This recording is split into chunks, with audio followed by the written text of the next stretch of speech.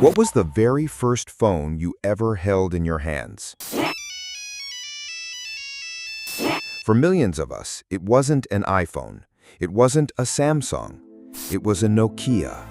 A phone that could survive 1,000 drops, a battery that lasted for days, and the legendary game of Snake that kept us entertained for hours on end.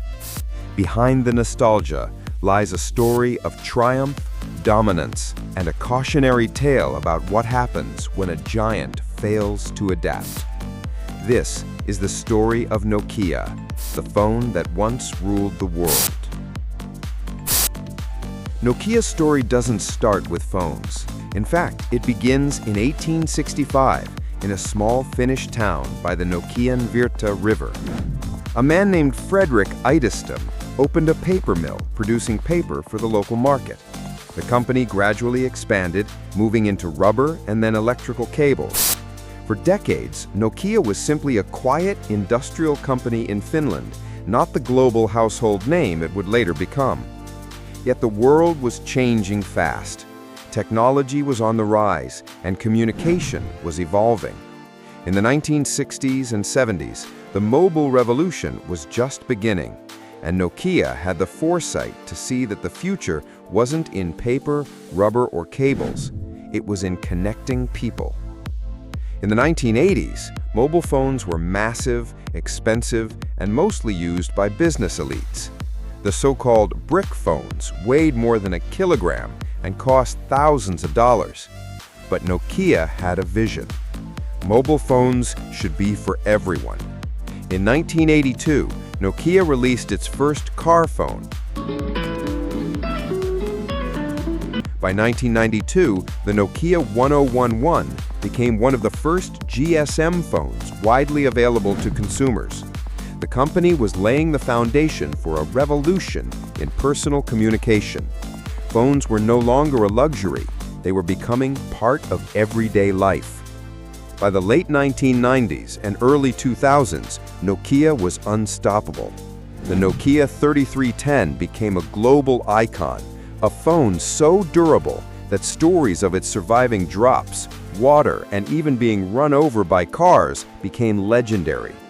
And then there was Snake, the simple, addictive game that millions of people couldn't stop playing. Text messaging became a global phenomenon, and Nokia became synonymous with mobile communication itself. By 2007, Nokia owned more than 50% of the global mobile phone market. Half of all phones in the world were made by Nokia. The company's logo became a symbol of reliability, innovation, and connection. It was hard to imagine a world without Nokia. Nokia wasn't just a phone maker, it was an innovator. In 2000, the Nokia 7650 became one of the first phones with a built-in camera. Nokia introduced early mobile internet capabilities, Bluetooth connectivity, and color screens before many of its competitors. Its influence reached far beyond Finland. It was shaping the way the world communicated, played games, and stayed connected. The company's approach was simple but powerful. Create durable, reliable, and user-friendly phones that people loved to carry everywhere. But the world doesn't stay the same for long.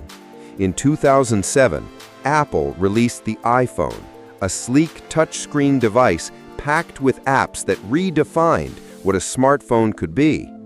1 year later, Google introduced Android, allowing hundreds of manufacturers to enter the market. The mobile world shifted almost overnight. Suddenly, people wanted more than durable phones. They wanted apps, multimedia, internet browsing, and seamless touchscreen experiences. And here's where Nokia made its fateful mistake. It was slow to adapt. Nokia's Symbian operating system, which had served the company well for years, could not compete with iOS or Android. The phones were familiar but outdated. Nokia hesitated to pivot, clinging to the past instead of embracing the future. In 2011, in a last-ditch effort, Nokia partnered with Microsoft to produce Windows Phone devices. The Lumia series brought bold design and innovation, but the market had already moved on. Apple and Android had secured dominance, and Nokia's market share plummeted. By 2013, Nokia sold its phone division to Microsoft. The company that once controlled half the world's phones had been reduced to a memory, a legend from the past. The story of Nokia isn't just about phones. It's a story of innovation, dominance, and the dangers of complacency. Nokia had everything: brand loyalty, global reach, and a culture of innovation. Yet it underestimated how quickly technology and consumer expectations could shift. The lesson is clear: even the mightiest companies must adapt or risk falling behind. Yet even in decline, Nokia's impact remains. It gave billions of people their first mobile phone. It taught the world how to text, play mobile games, and stay connected. Today, Nokia exists in two worlds. HMD Global produces Nokia-branded smartphones, keeping the design legacy alive, though it has never reached the glory of the early 2000s. Meanwhile, the original Nokia company shifted its focus entirely to telecommunications infrastructure, quietly building the backbone of modern 5G networks across the globe. In other words, even if you no longer carry a Nokia phone in your pocket, chances are your calls and data travel through Nokia technology somewhere on the planet. The Nokia story is more than a tale of success and failure. It's a reflection of human curiosity, ambition, and the relentless march of technology. For a time, Nokia ruled the world. It shaped how we communicate, connect, and even play. For millions of us, hearing that iconic ringtone or holding a 3310 that still works after decades brings a wave of nostalgia and respect for a company that once touched nearly every life on the planet. The phone that once ruled the world is now a memory in our pockets.